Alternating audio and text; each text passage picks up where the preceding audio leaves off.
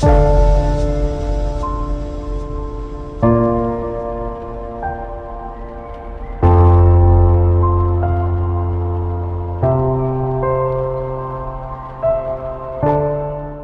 Plus programme 'ਚ ਤੁਹਾਡਾ ਸਭ ਦਾ ਸਵਾਗਤ ਹੈ। ਡਾਕਟਰਸ ਡੇ ਦੇ ਦਿਹਾੜੇ 'ਤੇ ਅੱਜ ਅਸੀਂ ਤੁਹਾਨੂੰ ਲੈ ਕੇ ਚੱਲ ਰਹੇ ਹਾਂ ਕੁਮਾਰ ਡੈਂਟਲ ਹਸਪੀਟਲ, ਰਵਿਦਾਸ ਚੌਂਕ, ਨਕੋਦਰ ਰੋਡ, ਜਲੰਧਰ ਵਿਖੇ ਹੈ। ਦੰਦਾਂ ਦੇ ਮਰੀਜ਼ਾਂ ਲਈ ਕੁਮਾਰ ਡੈਂਟਲ ਹਸਪੀਟਲ ਇੱਕ ਵਰਦਾਨ ਸਾਬਿਤ ਹੋ ਰਿਹਾ ਹੈ। ਕੋਰੋਨਾ ਮਹਾਮਾਰੀ ਦੌਰਾਨ ਵੀ ਕੁਮਾਰ ਡੈਂਟਲ ਹਸਪੀਟਲ ਵੱਲੋਂ ਬਹੁਤ ਵਧੀਆ ਤਰੀਕੇ ਨਾਲ ਸੇਵਾਵਾਂ ਦਿੱਤੀਆਂ ਗਈਆਂ। ਆਓ ਲੈ ਕੇ ਚੱਲਦੇ ਹਾਂ ਤੁਹਾਨੂੰ ਕੁਮਾਰ ਡੈਂਟਲ ਹਸਪੀਟਲ ਤੇ ਗੱਲਬਾਤ ਕਰਦੇ ਹਾਂ ਡਾਕਟਰ ਕੁਮਾਰ ਦੇ ਨਾਲ।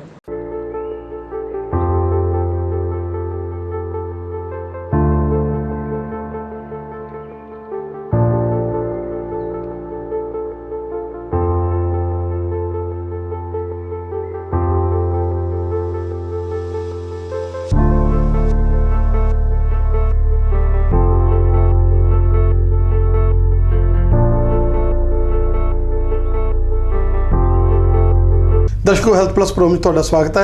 अज असीं तुहानूं लैके आए हैं एक ऐसे हॉस्पिटल दे विच, श्री कृष्ण चंद मैमोरीअल कुमार डेंटल हॉस्पिटल दे विच, जिहड़ा पिछले 31 साल तो अपनी सेवावां दे रहे हैं। डॉक्टर साहब, तुहाडा स्वागत है साडे स्पैशल शो च। Thank you. डॉक्टर साहब, जदों स्टार्टिंग हुंदी आ दिनचर्या दी किसी भी बंदे दी और वो आईने नूं देखदा, तो सब तो पहला जदों वो अपने जिहड़ी नैचुरली जिहड़ी गल हैगी ओहदी जिहड़ी लुक हैगी वो दंदां ते जांदी है। और तुसी दंदां नूं एक नवां रूप दे रहे हो, चाहे वो दर्द लोगों के ठीक करने होण, चाहे वो सोहने बनाने होण, चाहे उन्हां दे विच पॉलिशिंग करनी होवे। की कहना चाहोगे अज दे इस मॉडर्न ईरा दे विच, जदों कि 89 का यह सफ़र शुरू किया होया, अज बहुत ज़्यादा नवीं टैक्नीकां और पुराना जिहड़ा हैगा तुहाडा एक्सपीरियंस दोने काम आ रहा, की कहना चाहोगे?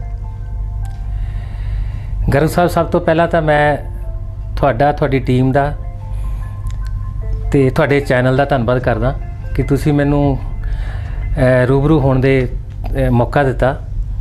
जदों गल आउंदी है दिनचर्या की, तुसीं गल कीती कि दिनचर्या शुरू हुंदा, सब तो पहला सुत्ते उठ के असीं अपना फेस ही देखते हैं शीशे विच। उहदे विच जे साडा हसदा चेहरा जे नज़र आउंदा तो सिर्फ दंदां करके हुंदा। सो असीं शुरू करते हैं कि जे असीं दंदां दा पूरा ध्यान रखीए, जे असीं पूरा दंदां दा ख्याल रखीए, उन्हां दा टाइम टू टाइम इलाज करवाइए, ट्रीटमेंट करवाइए, उन्हां लई केयर करिए। तो एक पुरानी कहावत है जिहड़ी कि मैं हर वेले हर टॉक विच कहना हुन्ना कि पुरानी कहावत है कि दंद गए तो स्वाद गया। पर ये जिहड़ी पंजाबी दी एक कहावत है, इहनूं असीं उल्टा सिद्ध कर सकते हैं कि जे असीं केयर कर लीए, सिर्फ एक दंदां दी संभाल कर लीए कि दंद गए ना स्वाद गया। सो मेरा तो इत्थे ही टिकिया होया। मैं तो चाहुंदा इसे नूं लैके शुरू की सी प्रैक्टिस। नवीं टेक्निक्स बहुत आईयां, सब कुछ बड़ा आया, लेकिन मैं तो इसे नूं एक बना के मुद्दा उसे ते ट्रीटमेंट कर रहा। तो जे असीं करिए नवीं टेक्निक्स की गल, नवीं टेक्निक्स दे विच गर्ग साहब, मैं टेक्निक्स तो रोज़ नवीं आउंदियां ने, नवीं इंट्रोड्यूशन हुंदियां, पर असीं अपनी सोसाइटी के हिसाब नाल, अपनी कंट्री के हिसाब नाल, अपने रीजन के हिसाब नाल मैं नवीं टेक्नीक अपनी प्रैक्टिस दे विच बड़ी सोच समझ के, जिहड़ी कि लोकां नूं बड़ी सहूलत होवे, मैनूं अच्छा लगे, उही टेक्नीक इंट्रोड्यूस करदा। मैं गल करदा कि 2013 दे विच 2013 अज तो 7 साल पहले मैं एक ट्रेनिंग की सी डॉक्टर चौकरन, फ्रांस के हैगे आ, वो वन ऑफ द इन्वेंटर्स भी हैगे इस टेक्नीक का। वो टेक्नीक की सी PRF वो बनाते हैं, वो है प्लेटलैट रिच फाइबरिन। प्लेटलैट्स रिच फाइबरिन वो की आ कि असी पेशेंट दे ब्लड जिदा टेस्ट करीदा, टेस्ट के असीं आम करके टेस्ट करवाने तो एक ब्लड लैने आम दे विचों, ऐदां असीं ब्लड कलैक्ट करते हैं, टेस्ट ट्यूब विच करते हैं। उन्होंने असीं एक स्पैशल सेंट्रीफ्यूगल मशीन है, उन्होंने स्पैशल टाइम लई स्पैशल उन्होंने स्पीड के उपर जदों असीं सेंट्रीफ्यूग करते हैं, जदों असीं उन्हूं घुमाने आ तो साडे कोल एक जैल बन जाती है। वो जैल जिहड़ी है उन्होंने असीं कहने आ प्लेटलैट रिच फाइबरिन, PRF। वो PRF जिहड़ी आ वो डेंटल सर्जरी दे कोई भी प्रोसीजर होवे, बेशक वो इंपलांट का प्रोसीजर है, बेशक वो मसूड़ियां दी बीमारियां आ दी कोई सर्जरी करनी आ, बेशक सॉफ्ट टिशू ग्राफ्ट करनी आ, बेशक असीं कोई हार्ड बोन ग्राफ्ट करनी आ, स्पैशली जदों असीं कोई दंद कढ़दे आ, स्पैशली जदों असीं थर्ड मोलर जिन्हों विजडम टुथ कहने आ, जदों असीं वो कढ़दे आ, जदों असीं वो निकालदे आ तो उहदे विच काफ़ी वड्डा होल बन जांदा। वो जदों होल बन जाता तो आम तौर पर असी देखते सी कि उन्होंने हीलिंग के लिए घट तो घट भी 2 हफ्ते लग जाते हैं। 2 ਹਫ਼ਤਿਆਂ ਤੋਂ ਵੀ ਜ਼ਿਆਦਾ ਲੱਗ ਜਾਂਦਾ। ਪੇਸ਼ੈਂਟ ਨੂੰ ਸਵੈਲਿੰਗ ਹੁੰਦੀ ਆ, ਪੇਸ਼ੈਂਟ ਨੂੰ ਪੇਨ ਹੁੰਦੀ ਆ, ਉਹਨੂੰ ਬਲੀਡਿੰਗ ਵੀ ਹੁੰਦੀ ਆ, ਉਹਨੂੰ ਖਾਣਾ ਖਾਣ 'ਚ ਦਿੱਕਤ ਆਉਂਦੀ ਆ। 15 ਤੋਂ 20 ਦਿਨ ਦੇ ਵਿੱਚ ਉਹ ਹੀਲ ਹੁੰਦਾ। ਹੀਲਿੰਗ ਟਾਈਮ ਉਹਨੇ ਜਦੋਂ ਉਹਨੂੰ ਤਕਲੀਫ ਰਹਿੰਦੀ ਸੀ। ਪਰ ਜਦੋਂ ਅਸੀਂ ਇਹ ਪਲੇਟਲੈਟ ਰਿਚ ਫਾਈਬਰਨ ਅਸੀਂ ਉਹਦੇ ਵਿੱਚ ਮੈਸ਼ ਟਾਈਪ ਉਹਨੂੰ ਫਾਈਬਰਨ ਨੂੰ ਉਹਦੇ ਵਿੱਚ ਫਿਲ ਕਰ ਦਿੰਦੇ ਆ, ਤਾਂ ਉਹਦੇ ਨਾਲ ਮੈਂ ਘੱਟ ਤੋਂ ਘੱਟ ਵੀ ਗਰਗ ਸਾਹਿਬ 5000 ਕੇਸ ਕਰ ਚੁੱਕਿਆ 2013 ਤੋਂ। ਉਹਦੇ ਵਿੱਚ ਕੀ ਆ ਕਿ ਉਹਦੀ ਬਲੀਡਿੰਗ ਬਹੁਤ ਹੀ ਘੱਟ ਹੁੰਦੀ ਆ, ਨਾ ਦੇ ਬਰਾਬਰ ਹੁੰਦੀ ਆ। ਜਿਹੜਾ ਖੂਨ ਵਗਦਾ ਦੰਦ ਨਿਕਲਣ ਤੋਂ ਬਾਅਦ, ਉਹਦੀ ਜਿਹੜੀ ਸਵੈਲਿੰਗ ਫੇਸ ਤੇ ਹੁੰਦੀ ਉਹ ਵੀ ਨਾ ਦੇ ਬਰਾਬਰ ਹੈ। ਉਹਦੀ ਪੇਨ ਤਾਂ ਨਾ ਬਿਲਕੁਲ ਹੀ ਨਹੀਂ ਹੁੰਦੀ। ਨੰਬਰ 3 ਜਿਹੜਾ ਬਹੁਤ ਇੰਪੋਰਟੈਂਟ ਆ, ਜਿਸ ਚੀਜ਼ ਨੇ ਮੈਨੂੰ ਇੰਪ੍ਰੈਸ ਕੀਤਾ, ਜਿਸ ਕਰਕੇ ਮੈਂ ਉਹਨਾਂ ਨਾਲ ਇਨ ਟੱਚ ਅੱਜ ਤੱਕ ਵੀ ਡਾਕਟਰ ਸਾਹਿਬ ਨਾਲ, ਉਹ ਕੀ ਆ ਕਿ ਇਹਦੀ ਹੀਲਿੰਗ ਜਿਹੜੀ ਆ 4 ਤੋਂ 5 ਦਿਨ ਵਿੱਚ ਹੋ ਜਾਂਦੀ ਹੈ। ਸੋ ਇਹ ਇੱਕ ਨਵੀਂ ਟੈਕਨੀਕ ਤਾਂ ਨਹੀਂ ਕਹਿ ਸਕਦੇ, ਪਰ ਸਾਡੇ ਇੰਡੀਆ ਵਿੱਚ ਬਹੁਤ ਹੀ ਘੱਟ ਡਾਕਟਰ ਯੂਜ਼ ਕਰ ਰਹੇ ਆ। ਪਰ ਇਹ ਟੈਕਨੀਕ ਵਿੱਚ ਨਾ ਤੇ ਬਹੁਤਾ ਖਰਚਾ ਆਉਂਦਾ, ਨਾ ਹੀ ਇੱਕ ਬਹੁਤ ਲੰਬੀ ਚੌੜੀ ਚੀਜ਼ ਹੈ। ਇਹਦੀ ਇੱਕ ਟ੍ਰੇਨਿੰਗ, ਇਹਦੀ ਇੱਕ ਮਸ਼ੀਨਰੀ ਦੀ ਜ਼ਰੂਰਤ ਹੈ। ਜਦੋਂ ਸਾਨੂੰ ਪ੍ਰੈਕਟਿਸ ਜਾਂ ਐਕਸਪੀਰੀਅੰਸ ਹੋ ਜਾਂਦਾ ਤਾਂ ਇਹ ਚਾਰੋਂ ਹੀ ਚੀਜ਼ਾਂ ਅਸੀਂ ਕਿਸੇ ਵੀ ਡੈਂਟਲ ਸਰਜਰੀ ਵਿੱਚ ਯੂਜ਼ ਕਰ ਸਕਦੇ ਹਾਂ, ਜਿਹਦੇ ਵਿੱਚ ਨਾ ਪੇਨ ਹੋਏਗੀ, ਬਹੁਤ ਘੱਟ ਹੋਏਗੀ, ਸਵੈਲਿੰਗ ਵੀ ਨਹੀਂ ਹੋਏਗੀ ਤੇ ਜਲਦੀ ਆਰਾਮ ਆਏਗਾ। ਇਹ ਇੱਕ ਟੈਕਨੀਕ ਜਿਹੜੀ ਮੈਂ ਤੁਹਾਨੂੰ ਦੱਸਣ ਲੱਗਿਆ ਸੀ, ਇੱਕ ਮੈਂ ਯੂਜ਼ ਕਰਦਾ ਆ, ਔਰ ਮੈਨੂੰ ਇਹਦਾ ਬਹੁਤ ਥੋੜ੍ਹਾ ਜਿਹਾ ਜ਼ਿਆਦਾ ਕੇਸਿਸ ਕਰਕੇ ਐਕਸਪੀਰੀਅੰਸ ਹੈ ਕਿ ਮੈਂ ਇਹ ਕਹਿ ਸਕਦਾ ਕਿ ਇਹ ਅੱਛੀ ਟੈਕਨੀਕ ਹੈ। ਨੰਬਰ 2 ਦੂਸਰੀ ਟੈਕਨੀਕ ਜੋ ਹੈ ਉਹ ਹੈ ਪੀਜ਼ੋ ਇਲੈਕਟ੍ਰਿਕ ਸਰਜਰੀ। ਅਸੀਂ ਕੀ ਕਰਦੇ ਸੀ, ਜਦੋਂ ਅਸੀਂ ਸਟੱਡੀ ਕਰਦੇ ਸੀ ਜਾਂ ਪੜ੍ਹਦੇ ਸੀ, ਤਾਂ ਅਸੀਂ ਦੰਦ ਕੱਢਣ ਲਈ ਜਾਂ ਕੋਈ ਸਰਜਰੀ ਕਰਨ ਲਈ, ਸਪੈਸ਼ਲੀ ਜਦੋਂ ਅਸੀਂ ਵਿਜ਼ਡਮ ਟੁੱਥ ਕੱਢਦੇ ਸੀ, ਅਕਲ ਜਾੜ ਨਿਕਾਲਦੇ ਸੀ, ਅਸੀਂ ਇੱਕ ਰੋਟਰੀ ਇੰਸਟਰੂਮੈਂਟ ਯੂਜ਼ ਕਰਦੇ ਸੀ। ਰੋਟਰੀ ਇੰਸਟਰੂਮੈਂਟ ਕੀ ਹੁੰਦਾ ਕਿ ਇੱਕ ਜਿਸ ਤਰ੍ਹਾਂ ਇੱਕ ਮਸ਼ੀਨ ਜਾਂ ਤੁਸੀਂ ਦੇਖਿਆ ਕਿ ਉਹ ਘੁੰਮਦਾ ਹੁੰਦਾ, ਉਹਦੇ ਨਾਲ ਅਸੀਂ ਬੋਨ ਕਟਿੰਗ ਕਰਦੇ ਸੀ। ਬੋਨ ਕਟਿੰਗ ਕਰਕੇ ਜਿਹੜਾ ਵਿਜ਼ਡਮ ਟੁੱਥ ਹੈ, ਅਕਲ ਜਾੜ ਹੈ, ਜੇ ਉਹ ਟੇਢੀ ਪਈ ਹੋਵੇ, ਜੇ ਉਹ ਟੇਢੀ ਪਈ ਹੁੰਦੀ ਸੀ ਤਾਂ ਉਹਨੂੰ ਕੱਟ ਕੇ ਵਿੱਚੋਂ ਨਿਕਾਲਦੇ ਸੀ। ਕਈ ਵਾਰੀ ਸਾਨੂੰ ਜ਼ੋਰ ਵੀ ਲਗਾਉਣਾ ਪੈਂਦਾ ਸੀ, ਕਈ ਵਾਰ ਸਾਨੂੰ ਇੱਦਾਂ ਦੇ ਇੰਸਟਰੂਮੈਂਟ ਲਾਣੇ ਪੈਂਦੇ ਸੀ ਕਿ ਬੜਾ ਜ਼ੋਰ ਲਾ ਕੇ ਉਹ ਦੰਦ ਨਿਕਲਦੇ ਸੀ। ਪਰ ਜਦੋਂ ਤੋਂ ਮੈਂ piezo electric surgery about 5-6 years back ਮੈਂ ਟ੍ਰੇਨਿੰਗ ਲਈ ਸੀ ਪੀਜ਼ੋ ਇਲੈਕਟ੍ਰਿਕ ਸਰਜਰੀ ਦੀ, ਉਦੋਂ ਤੋਂ ਜਦੋਂ ਮੈਂ ਯੂਜ਼ ਕਰਦਾ ਪਿਆ, ਉਸ ਤੋਂ ਬਾਅਦ ਮੈਂ ਦੇਖਿਆ ਕਿ ਪੇਸ਼ੈਂਟ ਨੂੰ ਤਾਂ ਕੋਈ ਪ੍ਰੋਬਲਮ ਹੀ ਨਹੀਂ ਆਉਂਦੀ, ਨਾ ਸਾਨੂੰ ਕੋਈ ਪ੍ਰੋਬਲਮ ਆਉਂਦੀ ਆ। ਜਿਹੜਾ ਪ੍ਰੋਸੀਜਰ ਕਰਨ ਲਈ ਸਾਨੂੰ ਘੱਟ ਤੋਂ ਘੱਟ 1.5 ਘੰਟਾ 2 ਘੰਟੇ ਜਾਂ ਘੰਟਾ ਲੱਗਦਾ ਸੀ, ਅਸੀਂ 15 ਮਿੰਟ 'ਚ ਕਰ ਲੈਂਦੇ ਹਾਂ। ਜਿੱਥੇ ਅਸੀਂ ਜ਼ੋਰ ਲਗਾਉਂਦੇ ਰਹਿੰਦੇ ਸੀ ਅਕਲ ਜਾੜ ਨੂੰ ਜਾਂ ਕਿਸੇ ਦੂਸਰੇ ਟੁੱਥ ਨੂੰ, ਜਿਹੜਾ ਕਿ ਮੁਸ਼ਕਿਲ ਵਾਲਾ ਨਿਕਾਲਣ ਵਾਲਾ ਹੁੰਦਾ ਸੀ, ਪੀਜ਼ੋ ਸਰਜਰੀ ਨਾਲ, ਪੀਜ਼ੋ ਇਲੈਕਟ੍ਰਿਕ ਸਰਜਰੀ ਨਾਲ ਤਾਂ ਬੜਾ ਸੌਖਾ ਨਿਕਲ ਜਾਂਦਾ। ਸੋ 2 ਟੈਕਨੀਕਸ ਤੋਂ I am very satisfied, very contented ਕਿ 2 ਜਿਹੜੀਆਂ ਟੈਕਨੀਕਸ ਹੈ ਇਹ ਸਾਰੇ ਡਾਕਟਰਸ ਨੂੰ ਵੀ ਯੂਜ਼ ਕਰਨੀਆਂ ਚਾਹੀਦੀਆਂ ਨੇ। ਬਹੁਤ ਸਾਰੇ ਡਾਕਟਰ ਸਾਡੀ ਕੰਟਰੀ ਵਿੱਚ ਯੂਜ਼ ਵੀ ਕਰ ਰਹੇ ਨੇ। ਸੋ ਇਹ ਇੱਕ ਐਸੀ ਚੀਜ਼ ਹੈ ਕਿ ਜਿਹਦੇ ਨਾਲ ਤਕਲੀਫ ਬਹੁਤ ਹੀ ਜ਼ਿਆਦਾ ਘਟਾਈ ਜਾ ਸਕਦੀ ਹੈ। Doctor Sahib, as a dental surgeon ਵੀ ਤੁਸੀਂ ਆਪਣੀ ਸੇਵਾਵਾਂ ਦੇ ਰਹੇ ਹੋ, ਔਰ ਕੈਂਸਰ ਤੱਕ ਦੇ ਜਿਹੜੇ ਪੇਸ਼ੈਂਟ ਆ ਜਿਨ੍ਹਾਂ ਦੇ ਮੂੰਹ ਦੀ ਕੈਂਸਰ ਦੀ ਬਿਮਾਰੀ ਹੁੰਦੀ ਹੈ, ਉਹਨੂੰ ਵੀ ਤੁਸੀਂ ਬਹੁਤ ਲਾਈਟਲੀ ਲੈ ਕੇ, ਮਤਲਬ ਔਨ ਲਾਈਟਲੀ ਨਹੀਂ ਲੈ ਕੇ, ਲੇਕਿਨ ਉਹਨੂੰ ਬੋਝ ਬਾਹਲਾ ਨਹੀਂ ਪਾ ਕੇ ਉਹ ਵੀ ਜਿਹੜੀਆਂ ਸਰਜਰੀਜ਼ ਆ ਇੱਥੇ ਕਰ ਰਹੇ ਹੋ। ਜੁਬਾੜਿਆਂ ਦੀ ਸਰਜਰੀ ਹੋਈ, ਔਖੀ ਤੋਂ ਔਖੀ ਸਰਜਰੀ ਜਿਹੜੀ ਮਤਲਬ ਕਿਸੇ ਸਰਜਨ ਕੋਲੇ ਜਾ ਕੇ ਬੰਦੇ ਨੂੰ ਬੜਾ ਉਹਦੇ ਲਈ ਵੱਡਾ ਮਤਲਬ ਜਿਹੜਾ ਹੈਗਾ ਇਸ ਚੀਜ਼ ਨੂੰ ਬਣਾਇਆ ਜਾਂਦਾ, ਲੇਕਿਨ ਤੁਸੀਂ ਉਹ ਸਰਜਰੀ ਵੀ ਕਰ ਰਹੇ ਹੋ ਇੱਥੇ। ਉਹਦੇ ਬਾਰੇ ਦੱਸੋ ਕਿ ਇਹ ਜਿਹੜੀ ਤੁਹਾਨੂੰ ਅਸਿਸਟੈਂਟ ਚੀਜ਼ਾਂ ਤੁਹਾਡੇ ਕੋਲ ਟੈਕਨੀਕਸ ਹੈਗੀਆਂ, ਇਹ ਹੈਲਪ ਕਰ ਰਹੀਆਂ ਕਿ ਤੁਹਾਡਾ ਐਕਸਪੀਰੀਅੰਸ ਹੈ ਜਿਹੜਾ 30-31 ਸਾਲ ਦਾ ਉਹ ਨਾਲ ਅਟੈਚ ਹੋ ਰਿਹਾ? ਦੇਖੋ ਗਰਗ ਸਾਹਿਬ, ਜਦੋਂ ਅਸੀਂ ਸਾਡਾ ਕਿਸੇ ਵੀ ਫੀਲਡ ਵਿੱਚ ਜਾਂ ਕਿਸੇ ਵੀ ਪ੍ਰੋਫੈਸ਼ਨ ਵਿੱਚ ਜਦੋਂ ਇੰਟਰਸਟ ਕ੍ਰੀਏਟ ਹੁੰਦਾ, ਜਦੋਂ ਸਾਡਾ ਇੱਕ ਉਹਦੀ ਆਦਤ ਬਣ ਜਾਂਦੀ ਹੈ ਜਾਂ ਸਾਨੂੰ ਉਹ 'ਚੋਂ ਮਜ਼ਾ ਆਉਣ ਲੱਗ ਜਾਂਦਾ, ਤਾਂ ਫਿਰ ਅਸੀਂ ਕਹੀਦਾ ਕਿ ਸਾਡਾ ਇਹ ਪੈਸ਼ਨ ਹੋ ਗਿਆ। ਸੋ ਮੇਰਾ ਵੀ ਇੱਦਾਂ ਇੱਕ ਪੈਸ਼ਨ ਹੋ ਗਿਆ ਸੀ ਬਹੁਤ ਸਾਲ ਪਹਿਲੇ। ਉਹਦੇ ਲਈ ਤੁਸੀਂ ਕਿਸੇ ਵੀ ਹੱਦ ਤੱਕ ਜਾ ਸਕਦੇ ਹੋ, ਕੁਛ ਵੀ ਕਰ ਸਕਦੇ ਹੋ।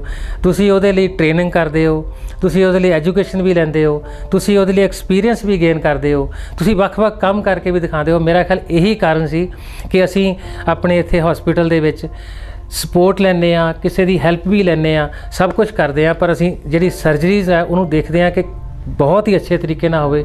ਭਾਵੇਂ ਉਹ ਇੰਪਲਾਂਟ ਸਰਜਰੀ ਹੋਵੇ, ਭਾਵੇਂ ਕੋਰਲ ਸਰਜਰੀ ਹੋਵੇ, ਭਾਵੇਂ ਅਸੀਂ ਕਿਸੇ ਸਿਸਟ ਜਾਂ ਮਸੌਲੀ ਨੂੰ ਰਿਮੂਵ ਕਰਨਾ ਹੋਵੇ, ਉਹਦੇ ਵਿੱਚ ਅਸੀਂ ਇਹ ਜਿਹੜੀਆਂ ਮੈਂ ਪਹਿਲੇ 2 ਦੱਸੀਆਂ, ਇਹੀ 2 ਟੈਕਨੀਕਸ ਨਾਲ ਕਾਫੀ ਸਕਸੈਸਫੁਲ ਹੈ। ਡਾਕਟਰ ਅੱਜ ਕੱਲ੍ਹ ਵਿਆਹਾਂ ਦਾ ਜਿਹੜਾ ਸੀਜ਼ਨ ਹੈ ਉਹ ਆ ਚੁੱਕਿਆ, ਔਰ ਲੜਕੇ ਜਿਹੜੇ ਹੈਗੇ ਆਪਣੇ ਆਪ ਨੂੰ ਬਹੁਤ ਉਹਨਾਂ ਨੂੰ ਹੁੰਦਾ ਕਿ ਸਾਡੀ ਸਮਾਈਲ ਜਿਹੜੀ ਹੈਗੀ ਆ ਉਹ ਬਹੁਤ ਵਧੀਆ ਹੋਵੇ, ਔਰ ਉਹਦੇ ਲਈ ਵੀ ਤੁਹਾਡਾ ਜਿਹੜਾ ਹੈਗਾ ਕਿ ਕੋਈ ਸਮਾਂ ਸੀਗਾ ਕਿ ਉਹ ਪੁਰਾਣਾ ਜਿਹੜਾ ਢੰਗ ਦੇ ਨਾਲ ਵੀ ਤੁਸੀਂ ਕੋਈ ਨਾ ਕੋਈ ਤਾਂ ਪ੍ਰੋਸੀਜਰ ਅਡਾਪਟ ਕਰ ਲੈਂਦੇ ਸੀਗੇ, ਪਰ ਹੁਣ ਨਵੀਆਂ ਟੈਕਨੀਕਸ ਵੀ ਨਾਲ ਆ ਗਈਆਂ, ਉਹਦੇ ਬਾਰੇ ਕੀ ਕਹਿਣਾ ਚਾਹੋਗੇ? ਦੇਖੋ, ਜਦੋਂ ਅਸੀਂ ਸਮਾਈਲ ਦੀ ਗੱਲ ਕਰੀਏ, ਸਮਾਈਲ ਦੇ ਵਿੱਚ ਸਭ ਤੋਂ ਪਹਿਲੀ ਗੱਲ ਆਉਂਦੀ ਹੈ ਕਿ ਸਾਡੇ ਜਿਹੜੇ ਟੀਥ ਨੇ, ਸਾਡੇ ਜਿਹੜੇ ਦੰਦ ਹੈ, ਕੀ ਇਹ ਯੂਨੀਫਾਰਮ ਹੈਗੇ? ਕੀ ਇਹ ਇੱਕੋ ਜਿਹੇ ਹੈਗੇ? ਕਿਤੇ ਅੱਗੇ ਪਿੱਛੇ ਤਾਂ ਨਹੀਂ, ਇੱਕ ਲੰਬਾ ਇੱਕ ਟੇਢਾ ਇੱਕ ਸਿੱਧਾ ਤਾਂ ਨਹੀਂ ਹੈਗਾ? ਉਹਦੇ ਵਿੱਚ ਸਭ ਤੋਂ ਜਿਹੜੀ ਵਧੀਆ ਚੀਜ਼ ਹੈ ਉਹ ਹੈ ਸਾਡੀ ਆਰਥੋਡੋਂਟਿਕ ਟ੍ਰੀਟਮੈਂਟ, ਜੋ ਅਸੀਂ ਬ੍ਰੇਸਿਸ ਲਗਾ ਕੇ ਕਰਦੇ ਆ। ਇਹਦੇ ਵਿੱਚ ਬ੍ਰੇਸਿਸ ਦੇ ਸਪੈਸ਼ਲਿਸਟ ਡਾਕਟਰ ਨੇ ਸਾਡੇ ਕੋਲ, ਅਸੀਂ ਵੀ ਹਾਇਰ ਕੀਤੇ ਹੋਏ ਆ, ਸਾਡੇ ਕੋਲ ਆਉਂਦੇ ਨੇ ਉਹ। ਅਸੀਂ ਉਹਨਾਂ ਦੀ ਹੈਲਪ ਨਾਲ ਜਿਹੜੇ ਟੇਢੇ ਮੇਢੇ ਦੰਦ ਨੇ, ਜਿਗ ਜੈਗ ਟੀਥ ਹੈ, ਅੱਗੇ ਪਿੱਛੇ ਦੰਦ ਨੇ, ਉਹਨਾਂ ਦੀ ਟ੍ਰੀਟਮੈਂਟ ਉਹਦੇ ਨਾਲ ਹੋਣ ਨਾਲ ਬੜਾ ਅੱਛਾ ਹੋ ਜਾਂਦਾ। ਇਹਦੇ ਨਾਲ ਜੇਕਰ ਕਿਸੇ ਦੇ ਦੰਦ ਕੋਈ ਜ਼ਿਆਦਾ ਪੀਲੇ ਆ, ਜਾਂ ਉਹਨਾਂ ਨੂੰ ਲੱਗਦਾ ਕਿ ਇੱਦਾਂ ਦਾ ਕਲਰ ਹੈ ਕਿ ਜਿਹੜਾ ਮੈਨੂੰ ਸੂਟ ਨਹੀਂ ਕਰਦਾ, ਜਾਂ ਉਹਨੂੰ ਲੱਗਦਾ ਕਿ ਮੇਰੇ ਦੰਦ ਗੰਦੇ ਲੱਗਦੇ ਆ, ਉਹਦੇ ਵਿੱਚ ਇੱਕ ਪ੍ਰਾਇਮਰੀ ਟ੍ਰੀਟਮੈਂਟ ਹੈਗਾ ਜਿਹਨੂੰ ਤਾਂ ਅਸੀਂ ਕਲੀਨਿੰਗ ਕਹਿੰਦੇ ਆ, ਸਕੇਲਿੰਗ ਪਾਲਿਸ਼ਿੰਗ ਕਹਿੰਦੇ ਆ। ਦੂਸਰਾ ਹੈਗਾ ਕਿ ਬਲੀਚਿੰਗ ਦੇ ਲਈ ਜਿਹੜਾ ਸਭ ਤੋਂ ਅੱਛਾ ਟ੍ਰੀਟਮੈਂਟ ਜਾਂ ਬਲੀਚਿੰਗ ਦੇ ਜਿਹੜਾ ਸਭ ਤੋਂ ਵਧੀਆ ਸਾਧਨ ਹੈ ਉਹ ਹੋਣਾ ਚਾਹੀਦਾ ਜਿਹਦੇ ਵਿੱਚ ਘੱਟ ਤੋਂ ਘੱਟ ਸੈਂਸਿਟੀਵਿਟੀ ਹੋਵੇ, ਘੱਟ ਤੋਂ ਘੱਟ ਉਹਦੇ ਸਾਈਡ ਇਫੈਕਟ ਹੋਣ, ਅਤੇ ਜ਼ਿਆਦਾ ਟਾਈਮ ਲਈ ਉਹ ਸਾਡੇ ਵਾਈਟ ਟੀਥ ਰਹਿਣ। ਸੋ ਅਸੀਂ ਇੱਥੇ ਇੱਕ ਜ਼ੂਮ ਵਾਈਟਨਿੰਗ ਸਿਸਟਮ, ਅੱਜ ਦੇ ਨਹੀਂ, ਮੈਂ ਕੋਈ 15 ਸਾਲ ਤੋਂ ਪਹਿਲੇ ਯੂਜ਼ ਕਰ ਰਿਹਾ, ਉਹ ਅੱਜ ਤੱਕ ਵੀ ਇਫੈਕਟਿਵ ਹੈ। USA ਦਾ ਸਿਸਟਮ ਹੈ ਜ਼ੂਮ ਬਲੀਚਿੰਗ ਸਿਸਟਮ ਨਾਲ, ਮੇਰਾ ਖਿਆਲ ਇਹਨਾਂ ਦੇ ਰਿਜ਼ਲਟਸ ਬਹੁਤ ਹੀ ਜ਼ਿਆਦਾ ਅੱਛੇ ਨੇ। ਸੋ ਉਹਦੇ ਨਾਲ ਅਸੀਂ ਵਾਈਟਨਿੰਗ ਕਰਦੇ ਹਾਂ। ਇੱਕ ਚੀਜ਼ ਹੋ ਗਈ ਕਿ ਦੰਦਾਂ ਨੂੰ, ਜਿਹੜੇ ਟੇਢੇ ਮੇਢੇ ਦੰਦ ਨੇ ਉਹਨਾਂ ਨੂੰ ਸਿੱਧੇ ਕਰਨ ਲਈ, ਸਮਾਈਲ ਡਿਜ਼ਾਈਨ ਕਰਨ ਲਈ ਆਰਥੋਡੋਂਟਿਕ ਟ੍ਰੀਟਮੈਂਟ, ਬ੍ਰੇਸਿਸ ਵਾਲੀ ਟ੍ਰੀਟਮੈਂਟ। ਦੂਸਰਾ ਜਿਹੜੀ ਹੈ ਉਹਦੇ ਲਈ ਅਸੀਂ ਬਲੀਚਿੰਗ ਵਾਲਾ ਸਿਸਟਮ। ਤੀਸਰਾ ਹੈ ਕਿ ਅਗਰ ਕਿਸੇ ਦਾ ਦੰਦ ਕਾਲਾ ਭੂਰਾ ਜਾਂ ਲੱਗਦਾ ਟੁੱਟ ਗਿਆ ਜਾਂ ਹਾਫ ਰਹਿ ਗਿਆ ਜਾਂ ਨੈਚੁਰਲੀ ਛੋਟਾ ਰਹਿ ਗਿਆ, ਉਹਦੇ ਵਿੱਚ ਅਸੀਂ ਫਿਰ ਵਿਨੀਅਰ ਜਾਂ ਕੈਪਿੰਗ ਕਰਦੇ ਹਾਂ। ਵਿਨੀਅਰ ਕੈਪਿੰਗ ਲਈ ਇੰਨੇ ਅੱਛੇ ਮਟੀਰੀਅਲ ਆ ਗਏ ਨੇ। ਉਹਦੇ ਵਿੱਚ ਕੀ ਆ ਕਿ ਜਿਹੜਾ ਪੇਸ਼ੈਂਟ ਹੈ ਉਹਨੂੰ ਆਪ ਸਟੱਡੀ ਕਰਨਾ ਪਏਗਾ, ਉਹਨੂੰ 1-2 ਡਾਕਟਰਾਂ ਦੀ ਸਾਰੇ ਟ੍ਰੀਟਮੈਂਟ ਦੀ ਸਲਾਹ ਲੈਣੀ ਪਏਗੀ, ਫਿਰ ਉਸ ਤੋਂ ਬਾਅਦ ਉਹ ਕਰਾਵੇ। ਉਹਨੂੰ ਪਤਾ ਹੋਣਾ ਚਾਹੀਦਾ ਕਿ ਮੇਰੇ ਵਿਨੀਅਰਸ, ਮੇਰੇ ਕੈਪਿੰਗ ਹੈ ਉਹ ਕਿਸ ਮਟੀਰੀਅਲ ਦੇ ਆ, ਕਿਸ ਤਰ੍ਹਾਂ ਦੇ ਹੋਣੇ ਚਾਹੀਦੇ, ਫਿਰ ਉਹਦੇ ਰਿਜ਼ਲਟਸ ਬਹੁਤ ਅੱਛੇ ਨੇ। ਜਦੋਂ ਇਹ ਤਿੰਨੋਂ ਚੀਜ਼ਾਂ ਮਿਲ ਜਾਂਦੀਆਂ ਨੇ ਗਰ ਸਾਹਿਬ, ਉਦੋਂ ਫਿਰ ਸਾਡੀ ਜਿਹੜੀ ਸਮਾਈਲ ਆ ਉਹ ਸਮਾਈਲ ਨਹੀਂ ਰਹਿੰਦੀ, ਸਾਡੀ ਇੱਕ ਗਲਿਟਰਿੰਗ ਸਮਾਈਲ ਬਣ ਜਾਂਦੀ ਹੈ। ਤਾਂ ਸਭ ਬਜ਼ੁਰਗਾਂ ਦੇ ਲਈ ਅੱਜ ਕੱਲ੍ਹ ਬਜ਼ੁਰਗ ਜਿਹੜੇ ਹੈਗੇ ਨਾ ਉਹ ਵੀ ਚਾਹੁੰਦੇ ਆ ਵੀ ਅਸੀਂ ਬੜਾ ਮਜ਼ੇ ਦੇ ਨਾਲ ਖਾਈਏ, ਔਰ ਉਹੀ ਉਹਨਾਂ ਦੇ ਵਿੱਚ ਇੱਛਾਵਾਂ ਰਹਿੰਦੀਆਂ ਵੀ ਜਿਵੇਂ ਅਸੀਂ ਜਵਾਨੀ ਦੇ ਵਿੱਚ ਸਾਡੇ ਦੰਦ ਚੱਲਦੇ ਸੀ ਉਵੇਂ ਚੱਲਣ। ਉਹਦੇ ਬਾਰੇ ਕੀ ਕਹਿਣਾ ਚਾਹੋਗੇ? ਬਹੁਤ ਹੀ ਅੱਛਾ ਸਵਾਲ ਪੁੱਛਿਆ ਮੈਨੂੰ ਗਰਗ ਸਾਹਿਬ ਤੁਸੀਂ। ਦੇਖੋ, ਜਦੋਂ ਹਰ ਘਰ ਵਿੱਚ ਵੈਸੇ ਕੋਈ ਨਾ ਕੋਈ ਬਜ਼ੁਰਗ ਆਦਮੀ ਹੈ, ਜਿਸ ਤਰ੍ਹਾਂ ਕੋਈ ਦਾਦਾ ਦਾਦੀ ਨੇ, ਨਾਨਾ ਨਾਨੀ, ਜਾਂ ਕੋਈ ਨਾ ਕੋਈ ਐਸਾ ਬਜ਼ੁਰਗ ਆਦਮੀ ਹੁੰਦਾ, ਅਸੀਂ ਵੀ, ਸਾਡੇ ਘਰ ਵਿੱਚ ਵੀ ਹੈ, ਸਾਰਿਆਂ ਦੇ ਘਰਾਂ ਵਿੱਚ ਹੁੰਦੇ ਨੇ ਆਮ ਕਰਕੇ, ਕਿ ਜਿਹੜੇ ਅਸੀਂ ਦੇਖਦੇ ਹਾਂ ਕਿ ਉਹ ਖਾਣਾ ਖਾਣ ਲਈ ਬਹੁਤ ਟਾਈਮ ਲਾਉਂਦੇ। ਉਹਨਾਂ ਕੋਲ ਵਿਚਾਰਿਆਂ ਕੋਲ ਉਨਾ ਮਜ਼ੇ ਨਾਲ ਖਾਣਾ ਨਹੀਂ ਖਾਧਾ ਜਾਂਦਾ ਜਿੰਨਾ ਕਿ ਉਹਨਾਂ ਕੋਲ ਅੱਜ ਤੋਂ 20 ਸਾਲ ਪਹਿਲਾਂ ਖਾਧਾ ਜਾਂਦਾ ਸੀ। ਦੂਜੇ ਨੰਬਰ 'ਤੇ ਕੁਝ ਬਜ਼ੁਰਗ ਐਸੇ ਨੇ ਜਿਨ੍ਹਾਂ ਦੇ ਦੰਦਾਂ ਨੂੰ ਇੰਨੇ ਕੁ ਮਸੂੜਿਆਂ ਦੀ ਬਿਮਾਰੀਆਂ ਹੋ ਜਾਂਦੀਆਂ ਕਿ ਜੇ ਅਸੀਂ ਉਹਨਾਂ ਨਾਲ ਗੱਲ ਕਰਦੇ ਹਾਂ ਤਾਂ ਕਈ ਵਾਰੀ ਬੈਡ ਸਮੈਲ ਵੀ ਆਉਂਦੀ ਆ। ਕਈਆਂ ਦੇ ਦੰਦ ਇੰਨੇ ਲੰਬੇ ਪੀਲੇ ਹੋ ਜਾਂਦੇ ਕਿ ਉਹ ਸਾਡੇ ਸੁਸਾਇਟੀ ਦੇ ਵਿੱਚ ਆ ਕੇ ਆਪ ਹੀ ਬਜ਼ੁਰਗ ਕਹਿੰਦੇ ਨੇ ਕਿ ਨਹੀਂ, ਤੁਸੀਂ ਗੱਲ ਕਰੋ, ਮੈਂ ਨਹੀਂ ਬੈਠਣਾ। ਫਿਰ ਕੀ ਹੁੰਦਾ? ਉਹ ਕਹਿੰਦਾ ਯਾਰ ਬੇਟਾ, ਮੇਰੇ ਤੂੰ ਦੰਦ ਲਗਵਾ ਦੇ, ਇਹ ਦੰਦ ਕਢਾ ਕੇ ਮੇਰੇ ਤੂੰ ਨਵੇਂ ਦੰਦ ਲਵਾ ਦੇ।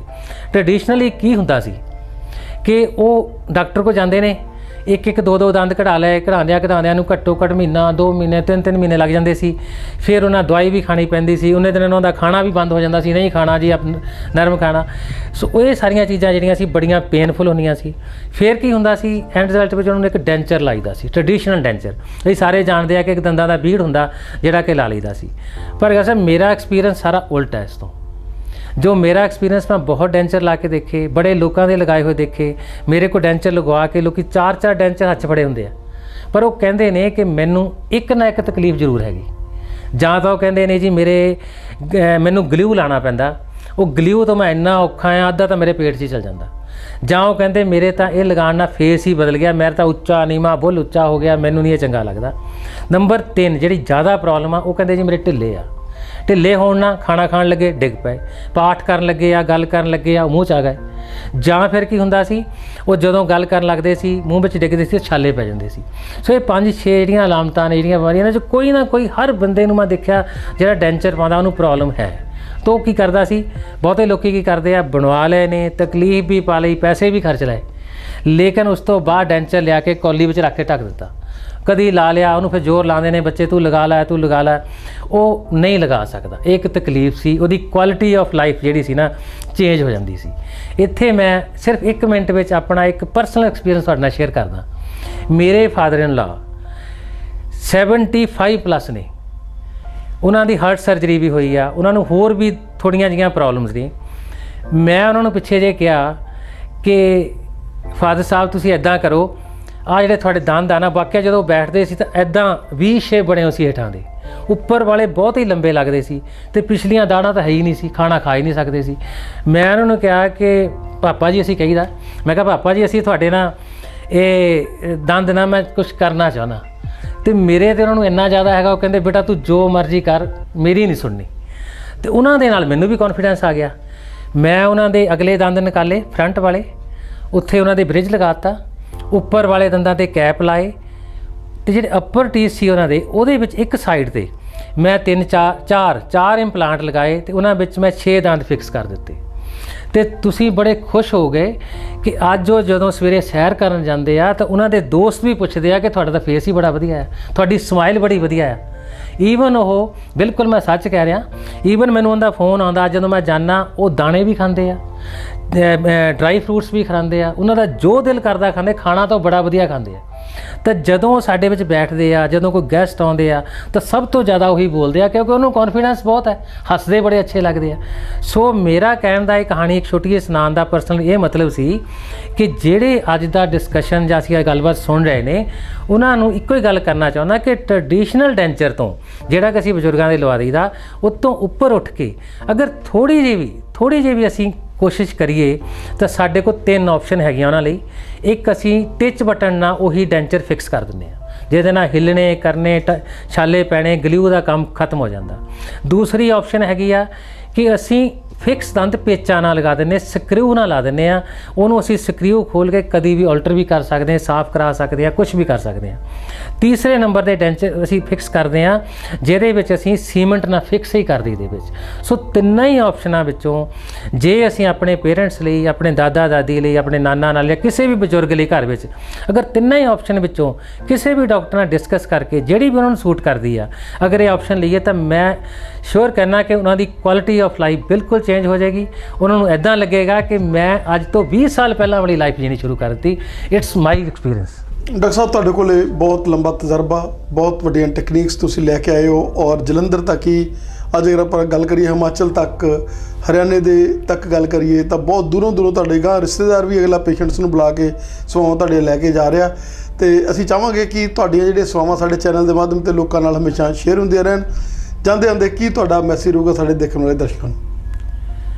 ਗਰਗ ਸਾਹਿਬ, ਮੈਂ ਨਾ ਤੁਹਾਡੀ ਟੀਮ, ਤੁਹਾਡੇ ਚੈਨਲ ਦੇ ਥਰੂ ਅੱਜ ਦੀ ਗੱਲਬਾਤ ਸੁਣਨ ਵਾਲਿਆਂ ਨੂੰ ਇੱਕ ਮੈਸੇਜ ਦੇਣਾ ਚਾਹੁੰਦਾ, ਜਿਹਦੇ ਵਿੱਚ 3 ਗੱਲਾਂ ਨੇ। ਨੰਬਰ 1 ਕਿ ਅਗਰ ਸਿੰਪਲ ਅਸੀਂ ਟੁੱਥ ਬ੍ਰਸ਼ਿੰਗ ਜੋ ਕਰਦੇ ਹਾਂ, ਅਗਰ ਅਸੀਂ ਬ੍ਰਸ਼ਿੰਗ ਜੋ ਕਰਦੇ ਹਾਂ ਉਹਨੂੰ ਅਸੀਂ ਸਹੀ ਤਰੀਕੇ ਨਾਲ, ਸਹੀ ਬ੍ਰਸ਼ ਨਾਲ, ਸਹੀ ਟੈਕਨੀਕ ਨਾਲ, ਸਿਰਫ ਸਵੇਰੇ ਬ੍ਰੇਕਫਾਸਟ ਕਰਨ ਤੋਂ ਅੱਧਾ ਘੰਟਾ ਬਾਅਦ ਬ੍ਰਸ਼ ਕਰੀਏ, ਸਵੇਰੇ ਖਾਣਾ ਖਾਣ ਤੋਂ ਅੱਧਾ ਘੰਟਾ ਬਾਅਦ ਬ੍ਰਸ਼ ਕਰੀਏ, ਔਰ ਡਿਨਰ ਕਰਨ ਤੋਂ ਬਾਅਦ, ਰਾਤ ਦੇ ਖਾਣੇ ਤੋਂ ਅੱਧਾ ਘੰਟਾ ਬਾਅਦ ਬ੍ਰਸ਼ ਕਰੀਏ, ਤਾਂ ਮੇਰਾ ਜੋ ਐਕਸਪੀਰੀਅੰਸ ਹੈ, ਜੋ ਸਾਡੀਆਂ ਬੁੱਕਸ ਵੀ ਦੱਸਦੀਆਂ ਸਾਡੀਆਂ, ਉਹਦੇ ਵਿੱਚ ਕੀ ਆ ਕਿ 30 ਤੋਂ 40% ਦੰਦਾਂ ਦੀਆਂ ਤੇ ਮਸੂੜਿਆਂ ਦੀਆਂ ਬਿਮਾਰੀਆਂ ਤੋਂ ਬਚਿਆ ਜਾ ਸਕਦਾ ਬਿਨਾਂ ਕਿਸੇ ਇਲਾਜ ਤੋਂ। ਦੂਸਰੀ ਗੱਲ ਜਿਹੜੀ ਮੈਂ ਤੁਹਾਡੇ ਨਾਲ ਸ਼ੇਅਰ ਕਰਨੀ ਚਾਹੁੰਦਾ, ਦੂਸਰਾ ਪੁਆਇੰਟ ਇਹਦੇ ਵਿੱਚ ਜਿਹੜਾ ਮੈਂ ਮੈਸੇਜ ਦੇਣਾ ਚਾਹੁੰਦਾ, ਉਹਦੇ ਵਿੱਚ ਇਹ ਆ ਕਿ ਸਾਨੂੰ ਕਈ ਵਾਰੀ ਫੋਨ ਆਉਂਦੇ ਨੇ ਕਿ ਡਾਕਟਰ ਸਾਹਿਬ ਮੈਂ ਨਾ RCT ਕਰਵਾਈ ਸੀ, 10 ਕੁ ਸਾਲ ਹੋ ਗਏ, ਇਹ ਦੁਬਾਰਾ ਕਿਉਂ ਦਰਦ ਹੋ ਗਈ? ਡਾਕਟਰ ਸਾਹਿਬ ਮੈਂ ਨਾ ਇੱਕ ਬ੍ਰਿਜ ਲਵਾਇਆ ਸੀ, ਫਿਕਸ ਕਰਵਾਏ ਸੀ ਦੰਦ, ਉਸ ਡਾਕਟਰ ਕੋਲ ਕਰਵਾਏ ਸੀ ਜਾਂ ਮੇਰੇ ਕੋਲੋਂ ਕਰਵਾਏ ਸੀ, ਟੁੱਟ ਕਿਉਂ ਗਏ? ਤਾਂ ਮੈਂ ਇਹ ਵੀ ਇੱਕ ਬੜਾ ਕਲੀਅਰ ਕਰਨਾ ਚਾਹੁੰਦਾ ਕਿ ਪਰਮਾਨੈਂਟ ਨਾਂ ਦੀ ਕੋਈ ਚੀਜ਼ ਨਹੀਂ। ਸਾਨੂੰ ਇਹ ਕਦੀ ਵੀ ਨਹੀਂ ਸੋਚਣਾ ਚਾਹੀਦਾ ਕਿ ਅਸੀਂ ਇੱਕ ਦੰਦਾਂ ਦਾ ਪ੍ਰੋਸੀਜਰ ਕਰਵਾ ਲਿਆ, ਅਸੀਂ ਇੱਕ ਦੰਦਾਂ ਦਾ ਇਲਾਜ ਕਰਵਾ ਲਿਆ, ਜਾਂ ਅਸੀਂ ਦੰਦਾਂ ਦੇ ਡਾਕਟਰ ਕੋਲ ਜਾਏ ਹਾਂ, ਜੋ ਵੀ ਕਰਵਾ ਲਿਆ, ਇਹ ਕੋਈ ਪਰਮਾਨੈਂਟ ਨਾਂ ਦਾ ਕੋਈ ਚੀਜ਼ ਨਹੀਂ। ਮੈਂ ਇਹ ਚਾਹੁੰਦਾ, ਮੇਰਾ ਇਹ ਤੁਹਾਨੂੰ ਸਲਾਹ ਦਿੰਦਾ ਕਿ ਘੱਟ ਤੋਂ ਘੱਟ ਇੱਕ ਵਾਰੀ 6 ਮਹੀਨਿਆਂ ਦੇ ਵਿੱਚ ਡਾਕਟਰ ਕੋਲ ਜਾ ਕੇ ਆਪਣਾ ਚੈੱਕਅਪ ਕਰਾਓ, ਨਹੀਂ ਤਾਂ ਇੱਕ ਵਾਰੀ ਸਾਲ ਵਿੱਚ ਬਹੁਤ ਜ਼ਰੂਰੀ ਹੈ। ਉਹਦੇ ਨਾਲ ਕੀ ਹੋਏਗਾ ਕਿ ਜਿਹੜਾ ਟ੍ਰੀਟਮੈਂਟ ਤੁਹਾਡਾ ਕਿਸੇ ਵੀ ਡਾਕਟਰ ਨੇ ਦੂਸਰੇ ਨੇ ਕੀਤਾ, ਜਾਂ ਮੈਂ ਕੀਤਾ, ਜਾਂ ਕਿਸੇ ਨੇ ਵੀ ਕੀਤਾ, ਉਹ ਇੱਕ ਵਾਰੀ ਚੈੱਕਅਪ ਹੋ ਜਾਏਗਾ, ਉਹਦੇ ਵਿੱਚ ਕੁਝ ਹੋਣ ਵਾਲਾ ਤਾਂ ਉਹ ਐਡ ਹੋ ਜਾਏਗਾ। ਅਗਰ ਕੋਈ ਨਵੀਂ ਬਿਮਾਰੀ, ਨਵੀਂ ਕੋਈ ਕੀੜਾ ਲੱਗ ਗਿਆ, ਕੋਈ ਮਸੂੜਾਂ ਦੀ ਪ੍ਰੋਬਲਮ ਆ, ਤਾਂ ਉਹ ਵੀ ਠੀਕ ਹੋ ਜਾਏਗੀ। ਇਹ ਦੂਸਰਾ ਪੁਆਇੰਟ। ਤੀਸਰਾ ਪੁਆਇੰਟ ਸੀਗਾ ਕਿ ਕਈ ਵਾਰੀ ਸਾਨੂੰ ਫੋਨ ਆਉਂਦੇ ਨੇ, 2 ਹੀ ਗੱਲਾਂ ਪੁੱਛਦੇ ਨੇ। ਮੈਂ ਆਪਣਾ ਪਰਸਨਲ ਗੱਲ ਦੱਸਦਾ। ਉਹ ਕਹਿੰਦੇ ਨੇ ਜੀ ਡਾਕਟਰ ਸਾਹਿਬ ਅਸੀਂ ਨਾ ਫਲਾਨੀ ਜਗ੍ਹਾ ਤੋਂ ਬੋਲਦੇ ਹਾਂ, ਸਾਨੂੰ ਇਹ ਦੱਸੋ ਕਿ ਅਸੀਂ ਦੰਦ ਘਟਾਉਣਾ ਤੇ ਦੰਦ ਲਵਾਉਣਾ ਕਿੰਨੇ ਪੈਸੇ ਲੱਗਣਗੇ? ਦੂਸਰੀ ਗੱਲ ਪੁੱਛਦੇ ਨੇ ਅਸੀਂ ਸਰ ਕੈਨੇਡਾ ਤੋਂ ਆਉਣਾ ਜਾਂ ਅਮਰੀਕਾ ਤੋਂ ਆਉਣਾ ਜਾਂ ਮੈਂ ਕਿਸੇ ਵੀ ਹੋਰ ਸਿਟੀ ਤੋਂ ਆਉਣਾ ਤੇ ਮੈਨੂੰ ਕਿੰਨਾ ਟਾਈਮ ਲੱਗੂ ਤੇ ਕਿੰਨੇ ਪੈਸੇ ਲੱਗਣਗੇ। ਸੋ ਉਸ ਲਈ ਮੈਂ ਇੱਕ ਸਲਾਹ ਦੇਣਾ ਚਾਹੁੰਦਾ ਕਿ ਦੇਖੋ, ਜਦੋਂ ਵੀ ਸਾਨੂੰ ਕੋਈ ਦੰਦਾਂ ਦੀ ਪ੍ਰੋਬਲਮ ਹੈ ਜਾਂ ਦੰਦਾਂ ਦਾ ਅਸੀਂ ਇਲਾਜ ਕਰਾਉਣਾ ਤਾਂ ਤੁਸੀਂ ਪਹਿਲਾਂ ਤਾਂ ਉਹਦੇ ਬਾਰੇ ਕੁਛ ਨਾ ਕੁਛ ਪੜ੍ਹੋ, ਉਹਦੇ ਬਾਰੇ ਦੇਖੋ ਕਿ ਮੈਨੂੰ ਕੀ ਪ੍ਰੋਬਲਮ ਹੈ, ਫਿਰ ਕਿਸੇ ਇੱਕ ਡਾਕਟਰ ਦੀ ਸਲਾਹ ਲਓ, ਫਿਰ ਦੂਜੇ ਡਾਕਟਰ ਦੀ ਸਲਾਹ ਲਓ, ਫਿਰ ਤੀਸਰੇ ਡਾਕਟਰ ਦੀ ਸਲਾਹ ਲਓ। ਫੋਨ ਉੱਪਰ ਜਦੋਂ ਤੁਸੀਂ ਪੁੱਛਦੇ ਹੋ ਤਾਂ ਮੈਂ ਆਪਣਾ ਪਰਸਨਲ ਗੱਲ ਦੱਸਦਾ ਕਿ ਮੈਂ ਤਾਂ ਸੈਟੀਸਫਾਈ ਨਹੀਂ ਹੁੰਦਾ। ਮੈਨੂੰ ਨਹੀਂ ਪਤਾ ਲੱਗਦਾ ਕਿ ਮੈਂ ਤੁਹਾਨੂੰ ਕੀ ਦੱਸਦਾ, ਮੈਂ ਖੁਸ਼ ਨਹੀਂ ਹੁੰਦਾ। ਮੈਨੂੰ ਲੱਗਦਾ ਕਿ ਤੁਸੀਂ ਵੀ ਕਨਫਿਊਜ਼ ਹੋ ਜਾਂਦੇ ਹੋ। ਸੋ ਪਹਿਲਾਂ ਆਪਣੇ ਆਪ ਸਟੱਡੀ ਕਰੋ, ਫਿਰ ਡਾਕਟਰ ਕੋਲ ਜਾਓ, ਫਿਰ ਦੇਖੋ ਕਿ ਤੁਹਾਨੂੰ ਜਿਸ ਡਾਕਟਰ ਕੋਲ ਅਸੀਂ ਟ੍ਰੀਟਮੈਂਟ ਕਰਾਉਣਾ ਉਹਦਾ ਕਿੰਨਾ ਐਕਸਪੀਰੀਅੰਸ ਹੈ, ਉਹਦੀ ਕਿੰਨੀ ਐਜੂਕੇਸ਼ਨ ਹੈ, ਸਭ ਤੋਂ ਜ਼ਿਆਦਾ ਜ਼ਰੂਰੀ ਉਹਦੇ ਸੈਂਟਰ ਦੀ, ਡੈਂਟਲ ਕੇਅਰ ਸੈਂਟਰ ਦੇ ਵਿੱਚ ਕਿੰਨੀ ਹਾਈਜਨ ਤੇ ਕਿੰਨੀ ਉੱਥੇ ਇੰਸਟਰੂਮੈਂਟ ਦੀ ਸਟਰਲਾਈਜੇਸ਼ਨ ਹੈ।